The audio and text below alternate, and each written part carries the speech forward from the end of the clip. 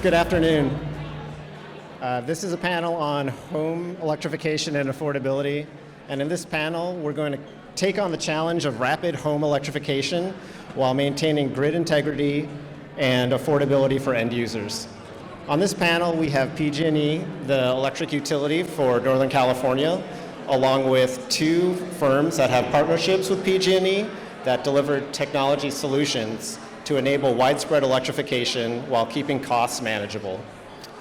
Before we jump into this panel, I would like to provide a little bit of a brief overview of San Francisco, the city and county's perspective on home electrification and affordability. First, I'd like to thank the organizers of the Energy Summit for putting together such an esteemed panel of industry experts for the San Francisco Climate Week. This year's Climate Week coincides with the 30th anniversary of the establishment of the San Francisco Environment Department. So for 30 years, the department has provided environmental protection and climate action for the residents and businesses that call San Francisco home. Climate Week also coincides with the release of San Francisco's updated climate action plan. I encourage everyone to peruse the plan. It's a fairly light read. The latest plan confirms San Francisco's commitment to bold action.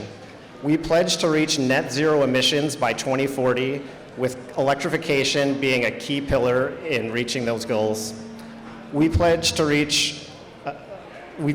set targets to electrify the equivalent of 18,000 homes by 2030, and by 2040, all buildings to be zero emission. To do this, we need to prove that life is better electric. Healthier homes and neighborhoods, along with more comfortable and safer living spaces. At the same time, we are sensitive to affordability concerns that come along with the transition. Cost of electric alternatives to gas appliances and equipment tend to come at a cost premium, and the infrastructure upgrades necessary to carry all the additional electrons also come at a high cost. In this panel, we're going to cover some solutions to scaling electrification affordably. And to start with, I want to turn to Chris.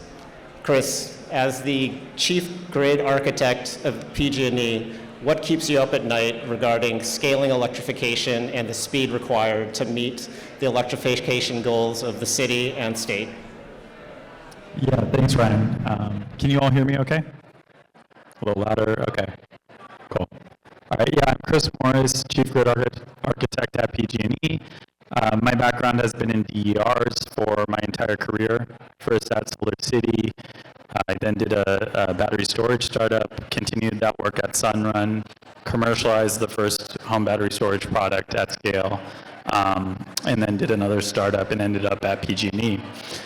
And yeah, what I wanted to share a little bit about where I think we are and what's kind of keeping me up on this transition is my biggest fear ultimately is kind of two things.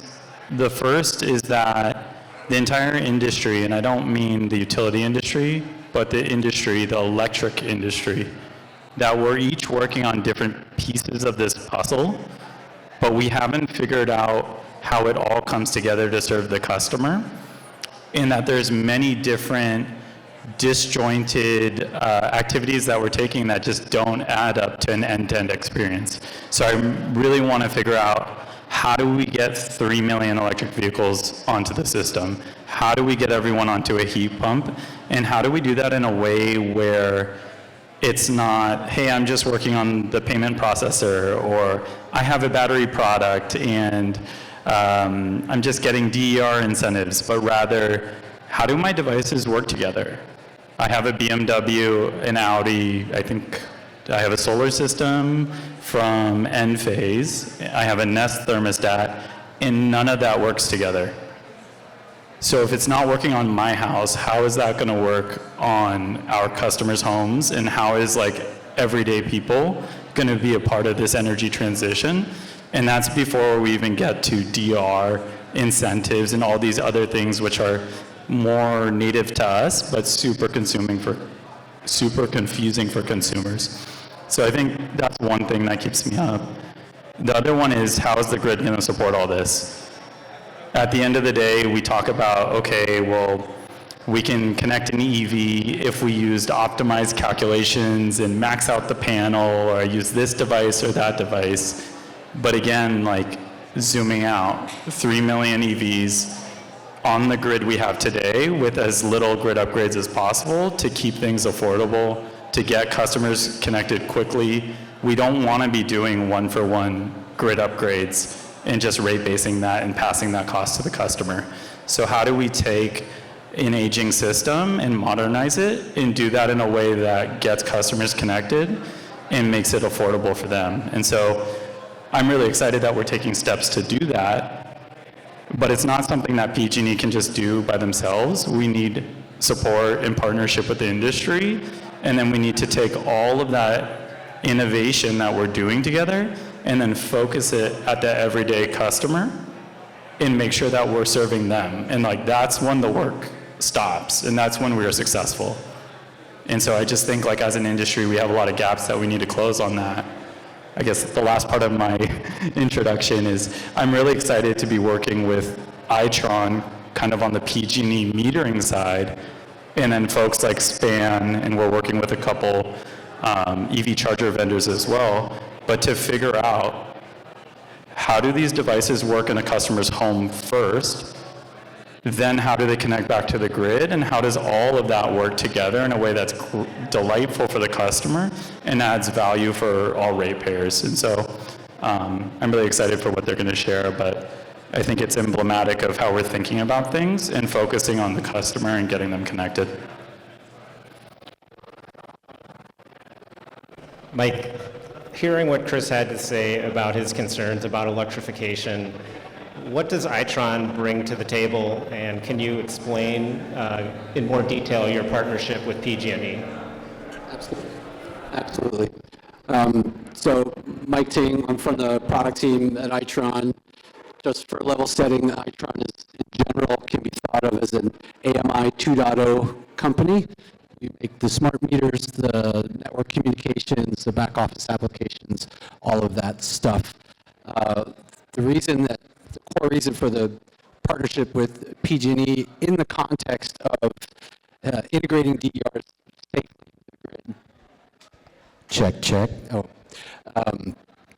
Is that smart meters today are essentially computers that live on the edge of the grid, and they have lots of fancy communications capabilities both inside the home, and they can talk to each other in different ways.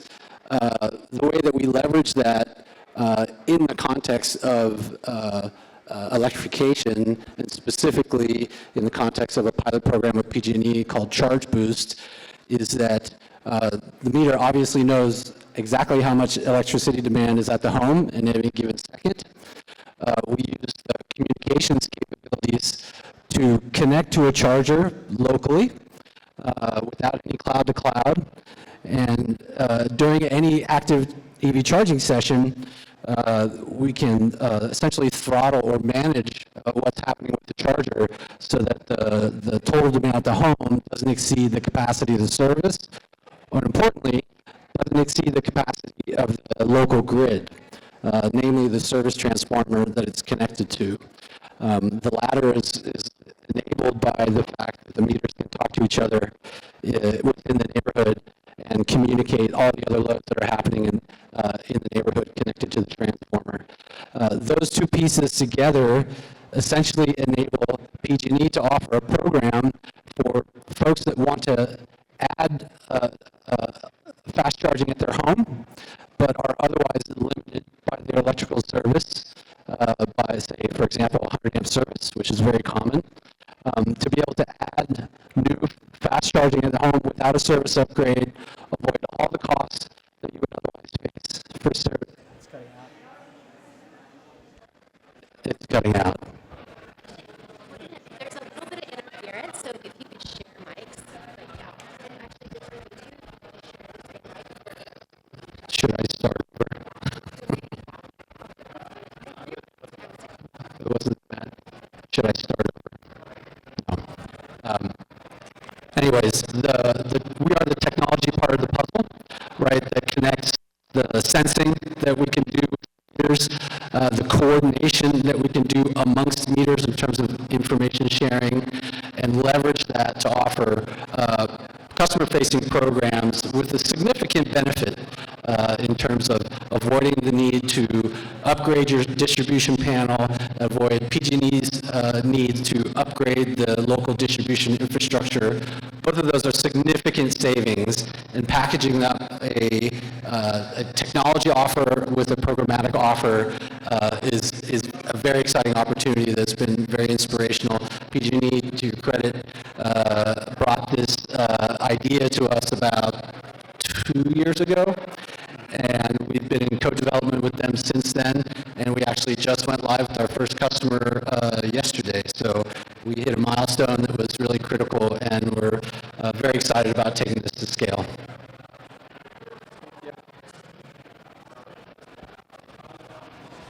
Alex, you're also working with PG&E, however, on a different technology stack to manage similar issues. Can you tell me more about how SPAN's approach and your partnership with PG&E? Absolutely. Hey everybody, Alex Pratt. I lead business development at SPAN. Quick background, I started my career in the US Navy, determined that was not sufficiently bureaucratic or slow moving, and so moved into technology solutions for the grid and utilities.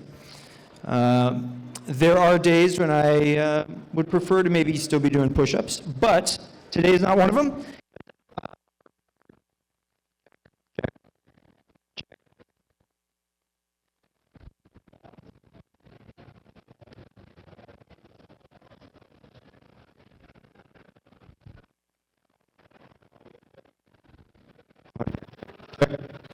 Maybe. Okay. Nope. You're out. Okay. Nope. Still out, I think. Coming in and out.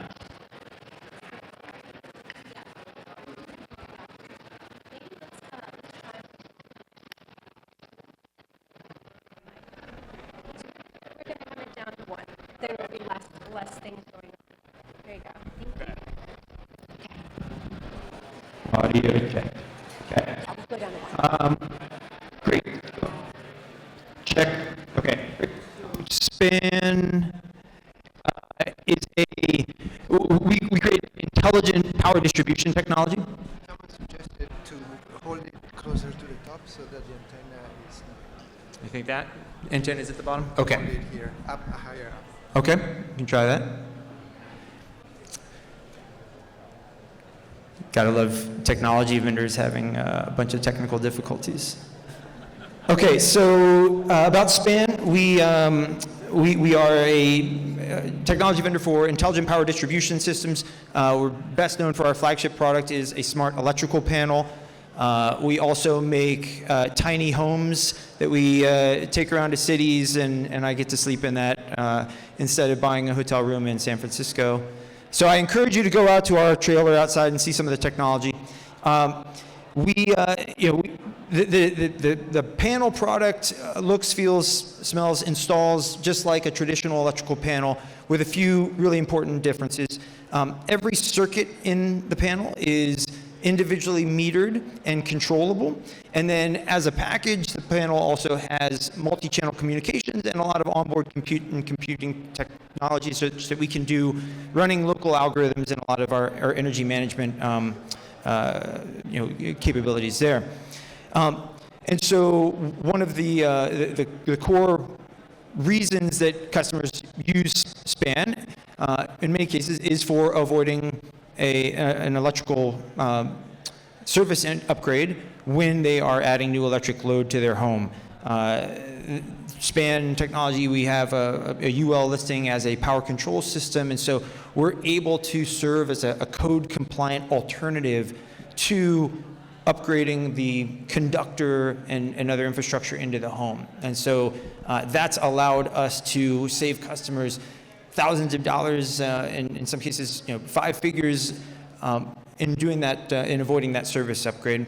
So we've worked with PG&E for a while now on evaluating this technology. PG&E, we couldn't ask for a better partner in this. Poster child for electrification challenges, DER adoption, how do you do, cost effectively support load growth on the grid. And so our technologies have been a great fit for it. And they came to us with this challenge around, hey, your technology is great, but how can the utility deploy smart panel technology in a more targeted and deliberate and intentional way in areas that are more valuable, more constrained areas in the grid, and think more about the system benefits of it.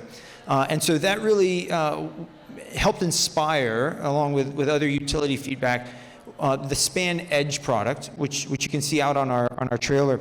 But it's really about how do we allow utilities to offer this as a sponsored technology product as an alternative to service upgrade, more cost effective, supporting electrification when it's happening, or even proactively, so that the customer is ready for it and already infrastructure ready for it when they have that urgent replacement need.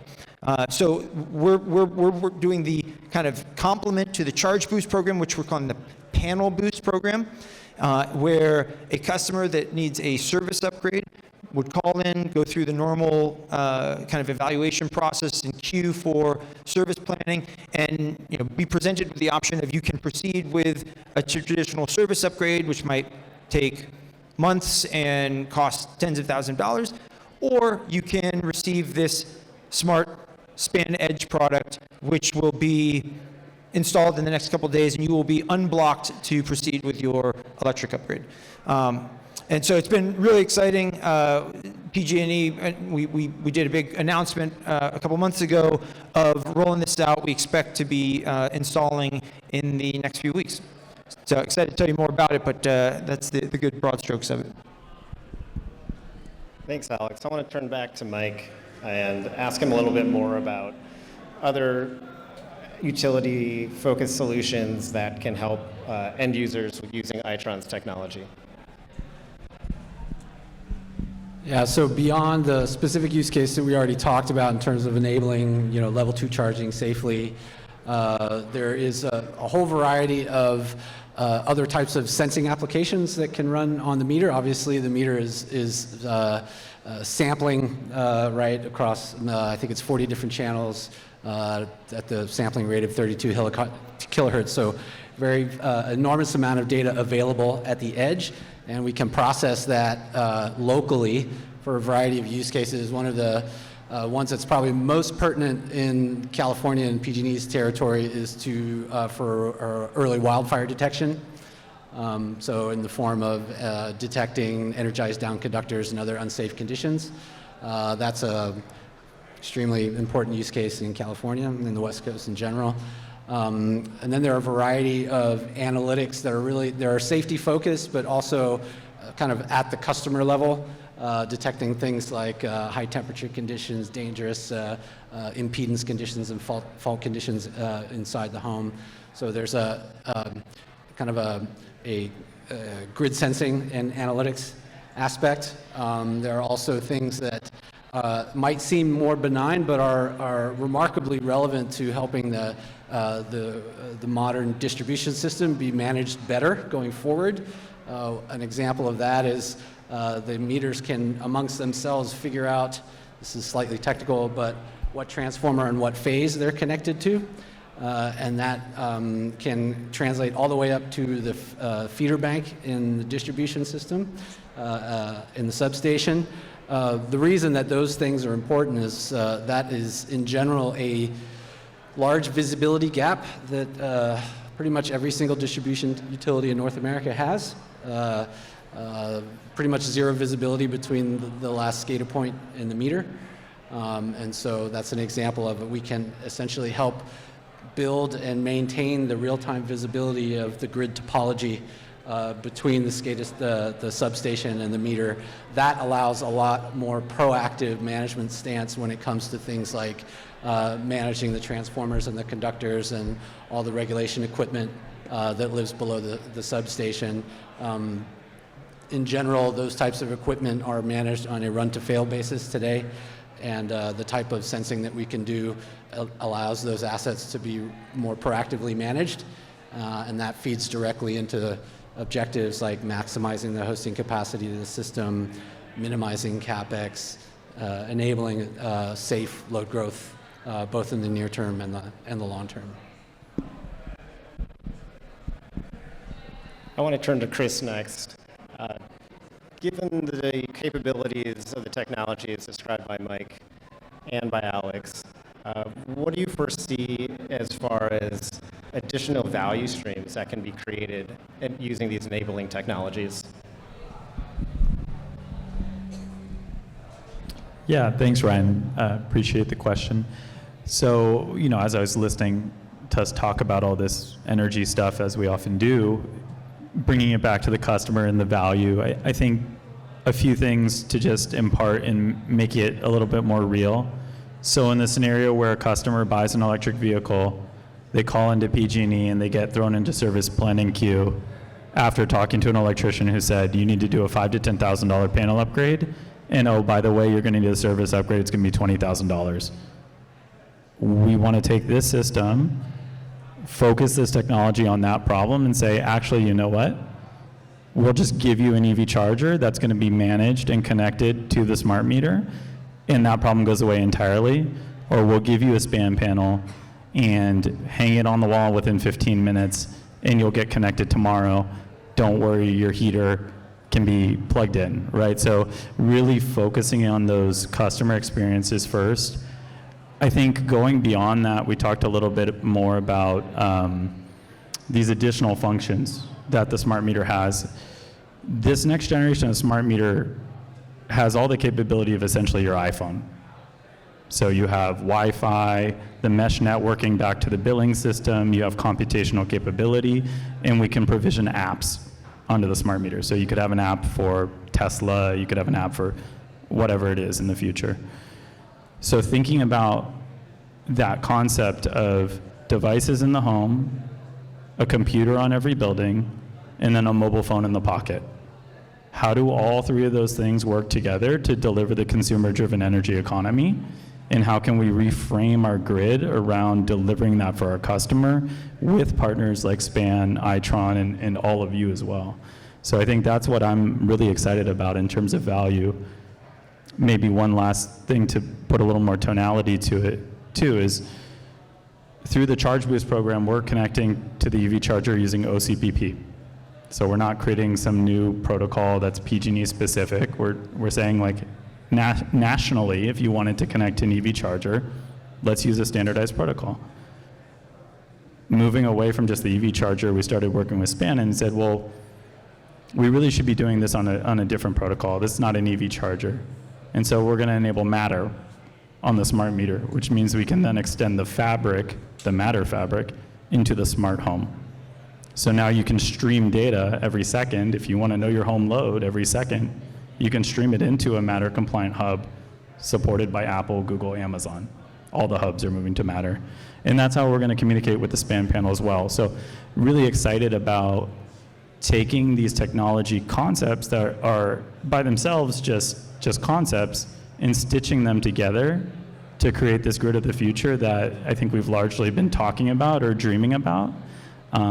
And I'd really like to partner with you all on that too. So if any of what I said was interesting and you want to integrate to us or work with us, come find me after.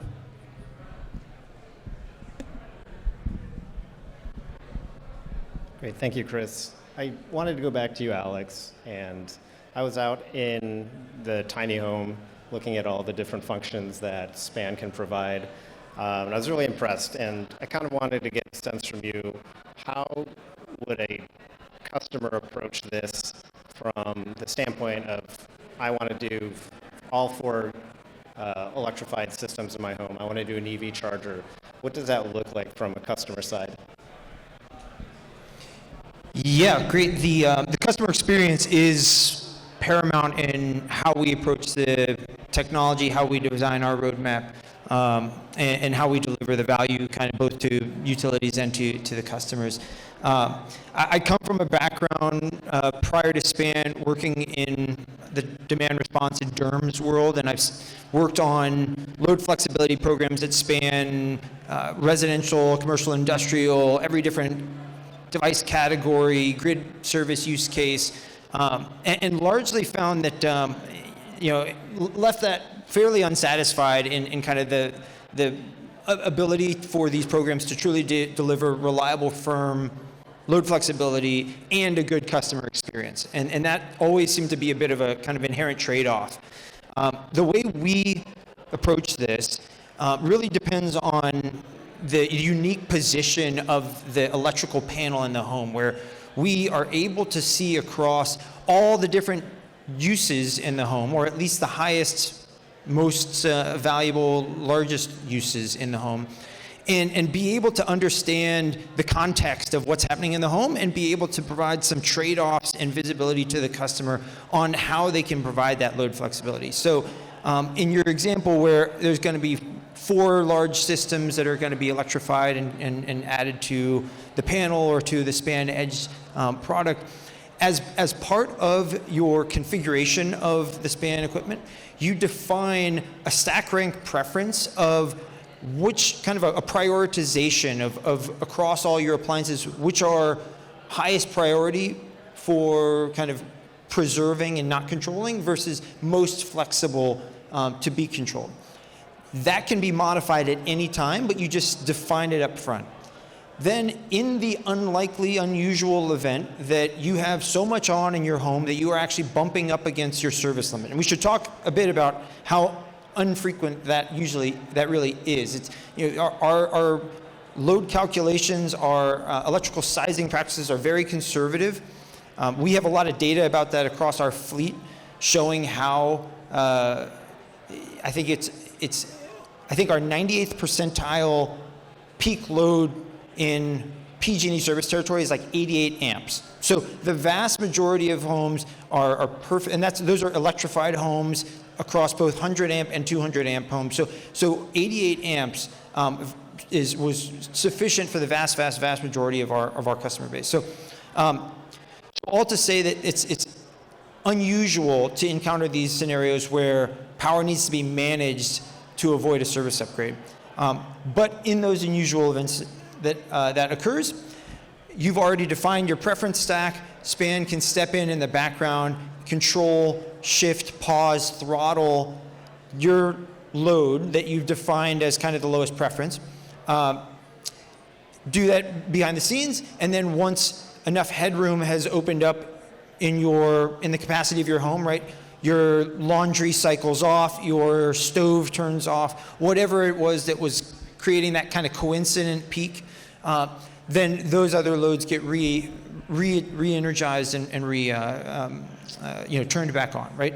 So it's about being able to, during that process, the customer is served up with the information to understand and then to make any informed decisions they need to. Hey, Span has stepped in and is throttling your maybe your water heater in order to power these 3 other items that are on right now. And so me as a home occupant, I can look at that and say, actually, you know what? We've got a bunch of people taking showers right now.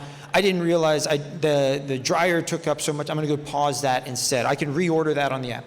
So it's about serving up customers with the understanding of all the different things that are happening in their home and giving them the flexibility to define their preferences and make informed decisions about how they might be providing flexibility or avoiding that service upgrade through kind of targeted load management.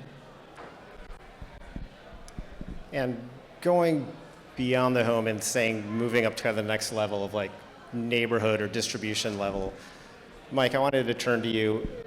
Does Itron have the capability of facilitating kind of distribution level monitoring to help PG&E manage different distribution nodes? Yeah, absolutely. Like I was saying before, one of the main value adds that we add to this larger endeavor to safely electrify and maximize the hosting capacity is, again, providing the visibility around distribution asset health below the last SCADA point, which is typically at the substation. So all the local poles and wires, right, that come out of your local substation and serve your house, and all the pieces, the regulators and the transformers and everything else in between. So that is exactly where we kind of fit in terms of adding new data streams and new visibility into the kind of the larger kind of grid management scheme, right, going forward. It's one thing to say that we have the data and can provide that. It's a whole nother thing to operationalize and act upon it and have that flow through all of the distribution planning and capital planning exercises at a utility or large sets of utilities, and have that accepted by the regulators as well. Again, we are the technology provider in that space, right, to fill that data gap. But like Chris was saying earlier, it takes a village to actually realize, for example, the CapEx deferral benefits of proactively managing distribution assets. So a large focus of our distributed intelligence applications is providing that what we call low voltage grid visibility. And we're desperately working with all of our utility partners and OEM partners to facilitate the cultural change and process change that needs to happen, right, that are essentially enabled by technology, but it's a whole kind of non-technology roadmap in front of us that in order to really realize the benefits, particularly in terms of CapEx deferral. I don't know if you want to.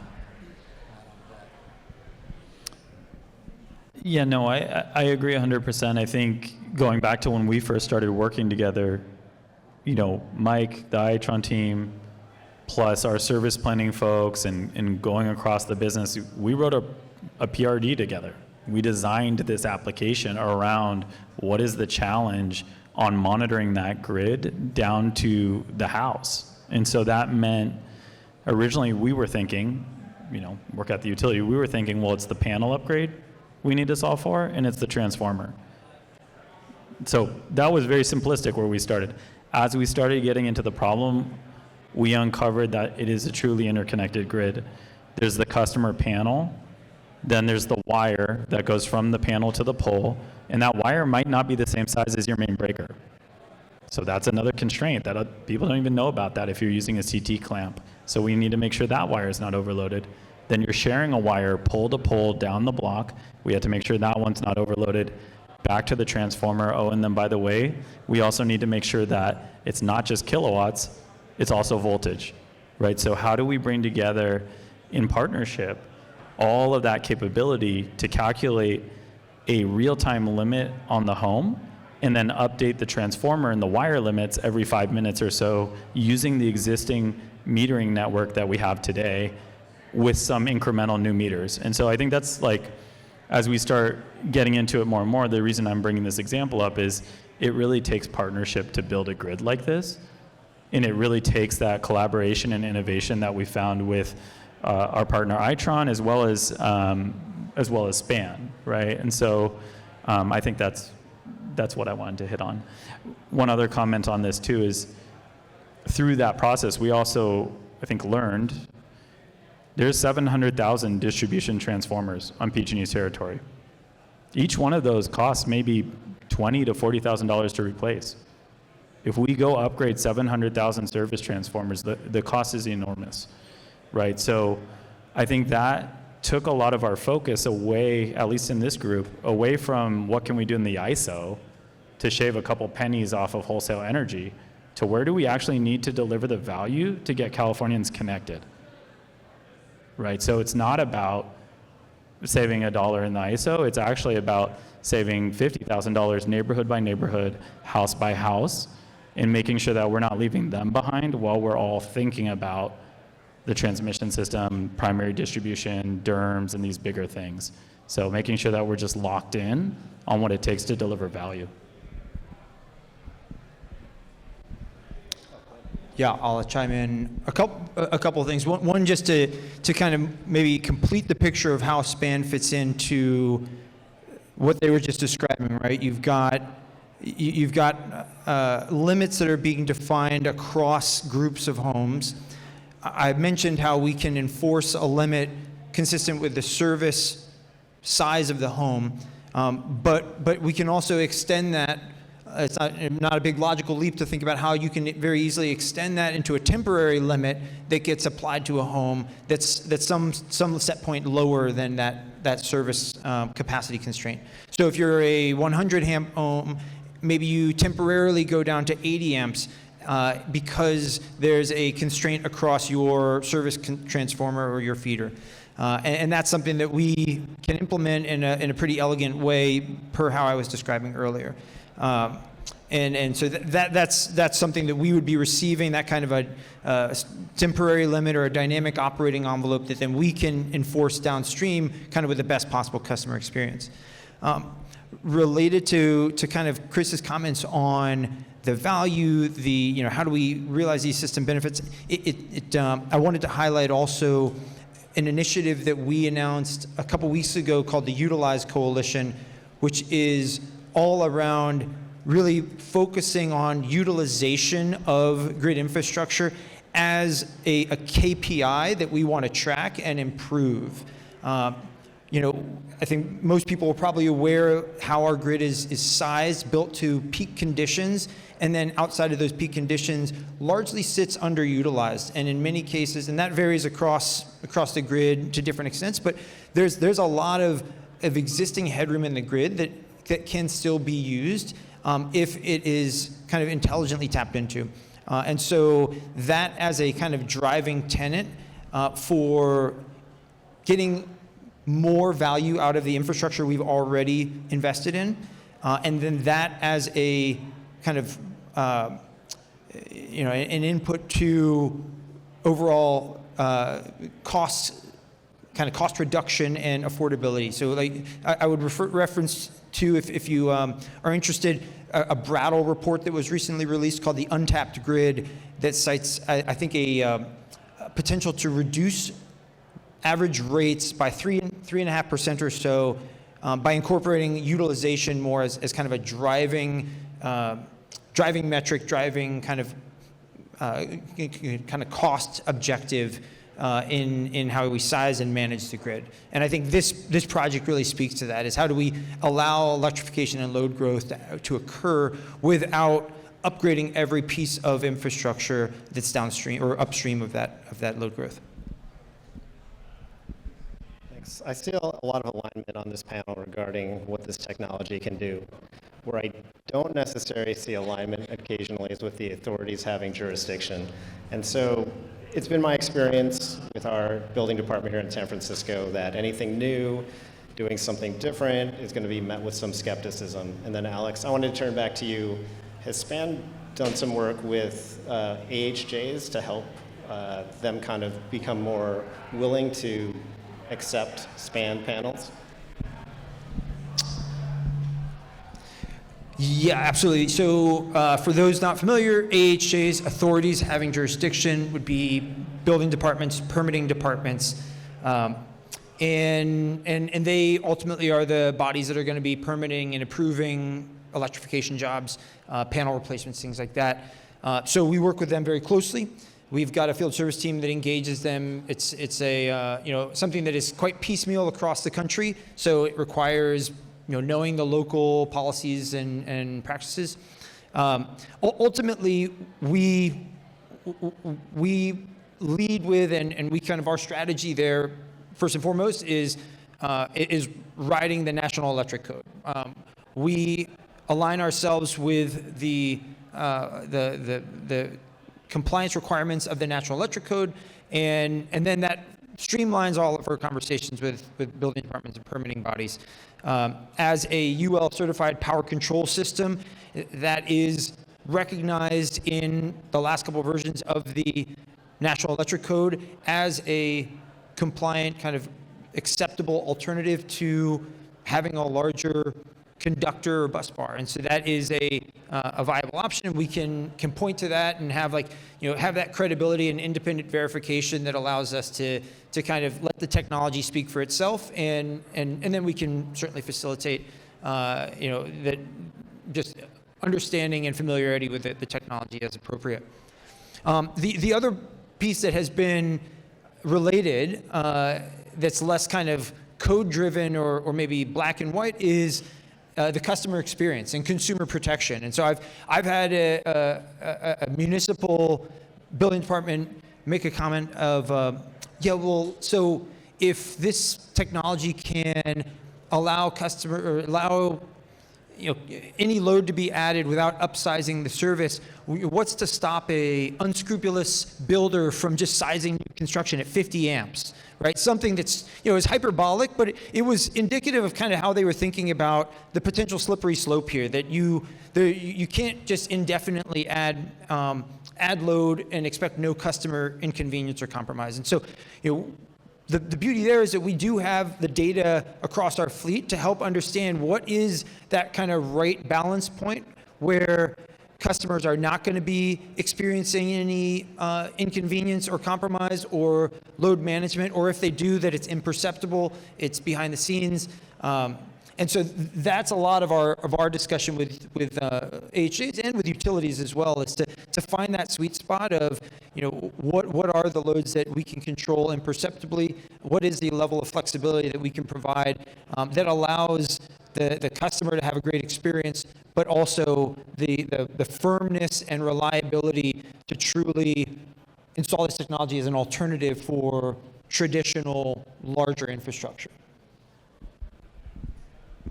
Great. From what I've gathered, we do have the technology to implement a lot of this electrification. And then I wanted to turn to Chris. What do you foresee as some of the challenges and opportunities to scaling these solutions in order for us to reach the point of transitioning the system to fully electrified?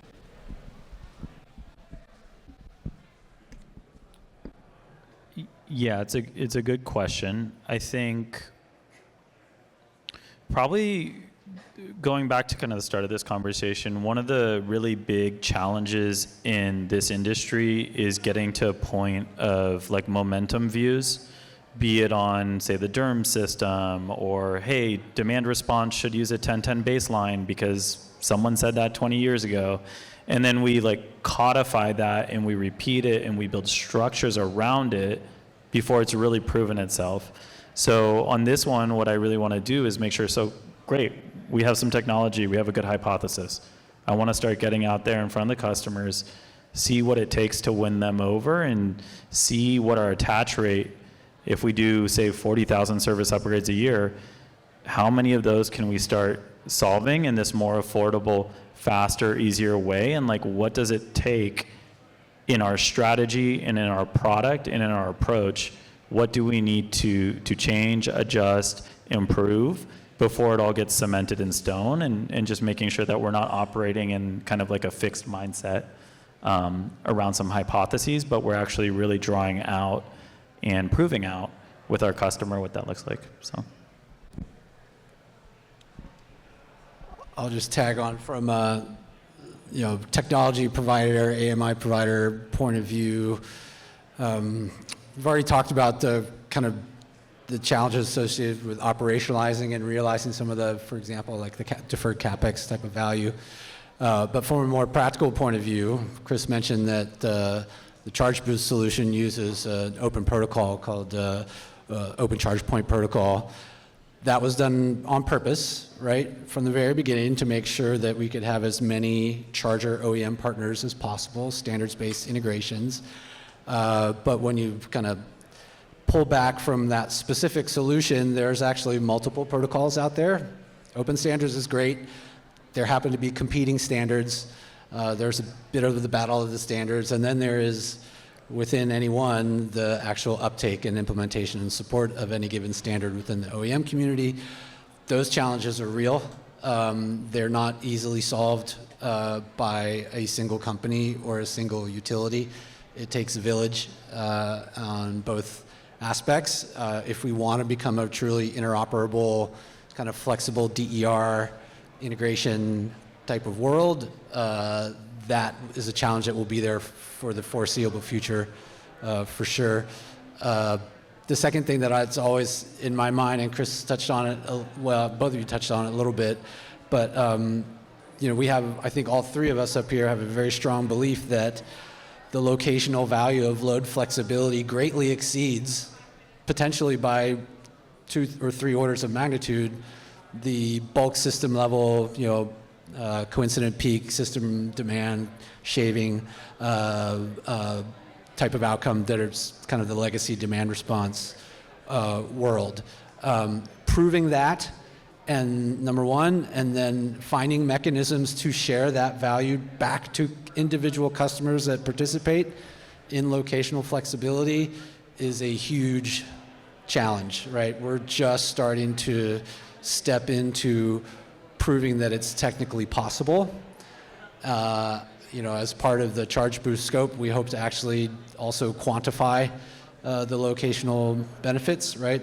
The deferred service upgrades, deferred transformer upgrades, deferred conductor upgrades, et cetera, et cetera. So, but that is a significant body of work that's in front of us that goes well beyond the tech stack. Yeah, big plus one on that. We've done a good bit of work on our side to try to quantify that in a few different utility scenarios. Anecdotally, kind of roughly, like that bulk system value, even generously, was maybe 25% of the total pie that really could be accessed if you're really quantifying and incorporating the distribution deferral value, the premise level service upgrade avoidance value. And so if we can use those value streams to grow the pie, that kind of creates a lot more value available for the customer, available for the technology that enables these solutions. And so ultimately, yeah, the more that we can define that and incorporate that into business models, I think that's going to be a key input for scaling this technology. Yep. I think we have time for one or two questions. Oh.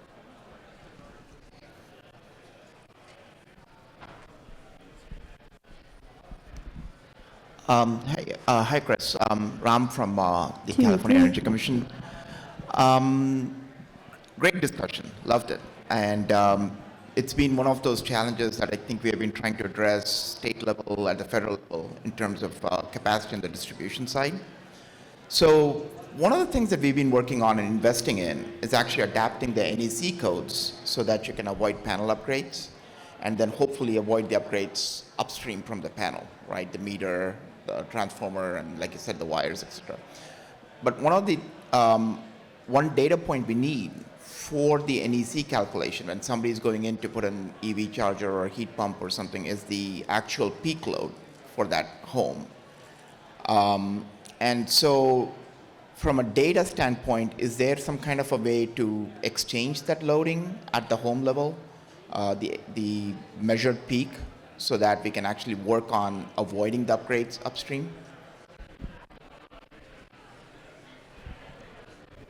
Yeah, can you hear me? So I believe you're referring to doing the NEC optional calculation 220.87, most likely, which requires, I believe, 15-minute data, and we have 1 hour data for most customers. Outside of the commercial has 15-minute data. And if you have solar, you have 15-minute data. Yeah, so there's green button and other ways that you can do data sharing. Of course, you need the permission of the customer to access that data. I think also, while this is a very interesting thing that we're talking about, as we dug into that, that's where we started.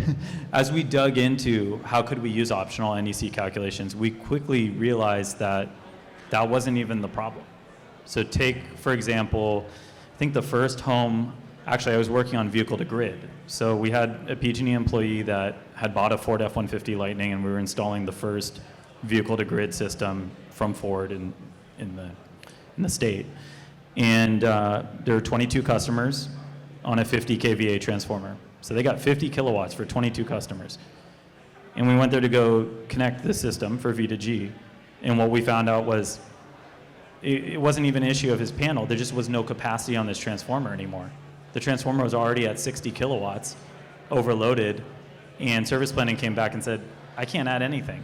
So those are the situations that we're starting to see across our grid, and as much as I'd love to say, yeah, let's do a calculation, try and max it out using smart meter data, that's not the reality of the problem. The problem is actually, you got a 50 kilowatt transformer. How do we make sure that we actually coordinate all the load on that so that we don't take a 40-year life asset, overload it and reduce its life to 5 years, then replace it for $60,000 and rate base it, and then everyone pays for that. when we really should have just done the coordination up front for the cost of a $250 meter. So, thoughts on that? Yeah, we can do another one. Okay.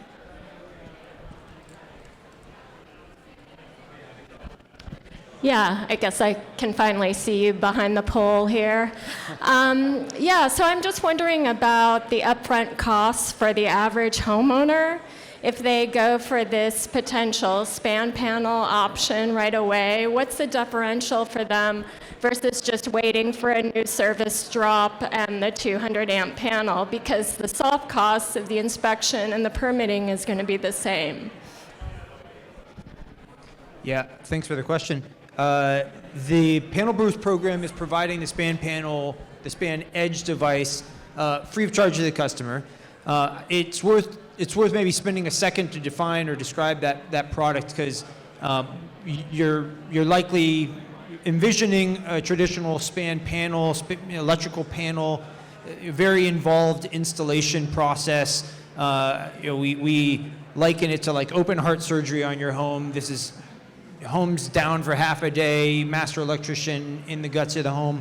And that was really ultimately what we were needing to simplify in order to make this a solution that a utility could deploy intentionally and targeted en masse.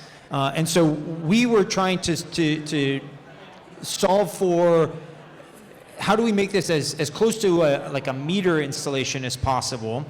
And so the span edge is imagine an electrical panel in form factor.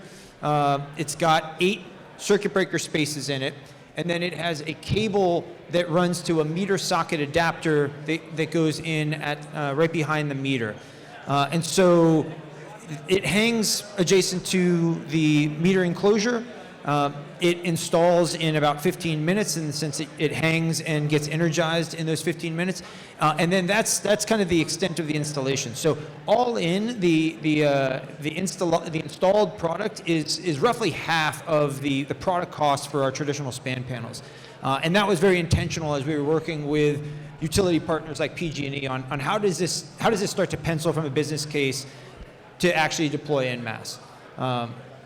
And yeah, so hopefully that's helpful on kind of thinking through that. The Panel Boost program, providing that free of cost. The alternative, it varies widely depending on the characteristics of the home, but again, service upgrades can cost anywhere from $3,000 at the lowest end, probably to $20,000 plus for a customer. So avoiding that is pretty compelling with a free technology product from the utility.